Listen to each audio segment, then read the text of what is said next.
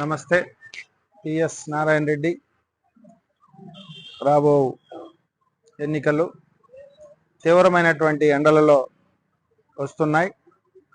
ఎన్ని ఎండలు ఎదురైనా కూడా ఓటర్లు రాష్ట్ర స్థాయిలో కానీ దేశ స్థాయిలో కానీ జరిగే ఎన్నికలకు ప్రజలు వెనుకాడకుండా ముందుకొచ్చేదానికి అవకాశం ఉంది. మనకు ప్రధానం ఎండలు ముఖ్యం కాదు, మనకు పవిత్రమైనటువంటి ఓటును భారత పౌరులుగా వినియోగించుకోవాల్సిన అవసరం ఎంతైనా అవసరం ఉంది. కాబట్టి ఎండలను లెక్క చేయకుండా ఓటు వేయడానికి మొదటగా అవకాశం వినియోగించుకుంటే ఓటర్లు ఎక్కువ శాతం పాల్గొనేదానికి కూడా అవకాశం ఉంది. నా పేరు తిరుపతి రెడ్డి, విద్యలూరు. ఇప్పుడు విపరీతమైన ఎండలు బాగున్నాయి కాబట్టి మనకు ఎంత ఎండలు విపరీతంగా ఉన్నప్పుడు కూడా మన ఓటును మనము సద్వినియోగం చేసుకుంటే ఎండను దృష్టిలో పెట్టుకోకుండా మనము ఎంతటి కష్టాన్నైనా ఎదుర్కొని ఓటు వేసేదానికి మనము ముందుకు రావాలనే ఉద్దేశంతో నేను ఈ విషయం చెప్తున్నా.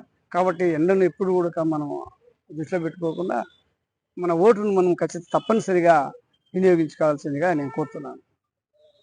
నేను ఎంత ఎండల్లో అయినా మన వచ్చే నెల పోయిన నెలలో మనకి ఎంత ఎండలు వచ్చినా ఎంత పరోంటి గాలి పెట్టినా మనకి ఎన్నికలు మన భారతదేశ ఎన్నికలు వస్తున్నాయి కాబట్టి దానికి ఓటు వేయడానికి మేము సిద్ధంగా ఉండి మన ప్రజలు మంచి నాయకులు ఎన్నుకోవాలని మనస్ఫూర్తి కోరుకుంటూ ప్రజలందరికీ విజ్ఞప్తి చేస్తుంది ఏంటంటే ఎండలు వచ్చినా భయపడకుండా ఓటేసి నాయకుని ఎన్నుకోవాలని మనస్ఫూర్తిగా కోరుకుంటూ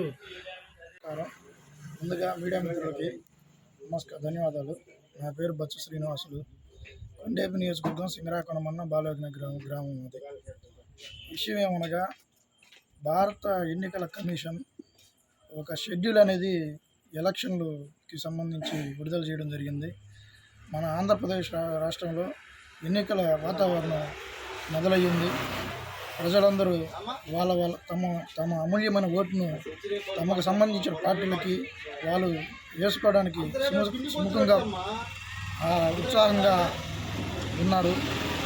ఇదే తరుణంలో ఈ ఎన్నికలు అనేవి కొద్దిగా దూరంగా జరిగిన పరిణామాలు అవపడుతున్నాయి.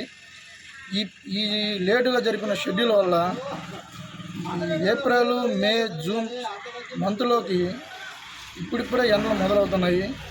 ఏప్రిల్ కారు నుంచి మే నెల వచ్చేలాకి ఎండలు విపరీతంగా కాయడం, వాతావరణం 25 నుంచి 30 డిగ్రీలకి పెరిగే విధంగా ఉన్నప్పటికి కూడా భారత పౌరులైనందువల్ల వాళ్ళ యొక్క అమూల్యమైన ఓటును సద్వినియోగం చేసుకొని వాళ్ళు ఎన్నికలు అనేది ప్రశాంతంగా వాతావరణంలో చేయాలని ఆశిస్తూ భావిస్తున్నాము. ఎలక్షన్ కమిషనర్కి తెలియపరచడం అనగా ఈ ఎన్నికలు కోడ్ వచ్చినందువలన బాగానే ఉంది. కానీ ఎలక్షన్ అనేది మంచి మే నెల అంటే మంచి మండు టెండర్లు కాబట్టి దానికి ఎలక్షన్కి వచ్చే ప్రజలు కానీ ఎవరైనా కానీ ఆ మే నెలలో జరిగే ఎలక్షన్ వల్ల మండు టెండర్లో చాలా ఇబ్బందులు గురి కావటం జరుగుతుంది. కాబట్టి అదేనుగాక ఆ మండు టెండర్లో జరిపే ఎలక్షన్ టైం కాకుండా ముందుగా జరపడం అనేది మా యొక్క మంచి ఉద్దేశమని మేము ఒక సాధారణ ప్రజలుగా విన్నవించటం జరుగుతుంది. అలాగనే ఈ మే నెల మండు టెండర్లో ఎలక్షన్ అనేది మంచిది కాదని నేను కూడా నా యొక్క ఆలోచనతో పరుచుకుంటున్నాము. దీన్ని గమనించుకొని మన ఎన్నికల కమిషనర్ గారు అయినటువంటి వాళ్ళు ప్రజలు ఇబ్బంది పెట్టకుండా ముందుగా ఎలక్షన్ జరపడం అనేది మా యొక్క ఉద్దేశమని. అది కూడా కాక మనం కనీసం మార్చి నుంచి ప్రజలకి ఈ వేసవి కాలం యొక్క ఎలా మలుచుకోవాలా, ఎలా ఉండాలా, ప్రజలు జాగ్రత్తలు మనం ప్రభుత్వ పరంగా తెలియపరచడం జరుగుతుంది. అది దృష్టిలో పెట్టుకొని ఏప్రిల్ నుంచి మే, జూన్ వరకు ఈ మండు టెండలు బాగా ఎండలో తీవ్రతగా ఉంటుంది. కాబట్టి అదిగోని కాక ప్రజలు ఈ వడగాల్పులు అలాగనే కొంచెం ఏజ్డ్ అయినటువంటి ప్రజలు ఈ మే నెలలో జరిగే ఎలక్షన్ల వల్ల ఇబ్బందులు గురవుతారు. కాబట్టి ఈ వడగాల్పుల వల్ల ఆటోమేటిక్గా జనాభా తీవ్రత ఇబ్బందులు పడే అవకాశాలు ఉన్నాయి.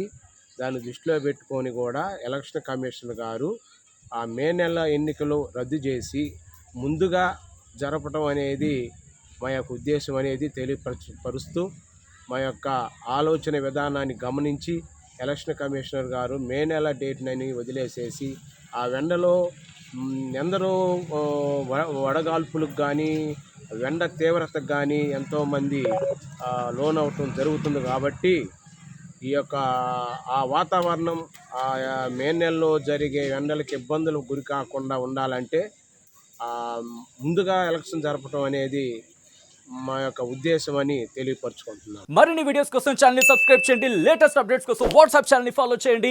అండ్ లింక్ డిస్క్రిప్షన్ లో ఉంది.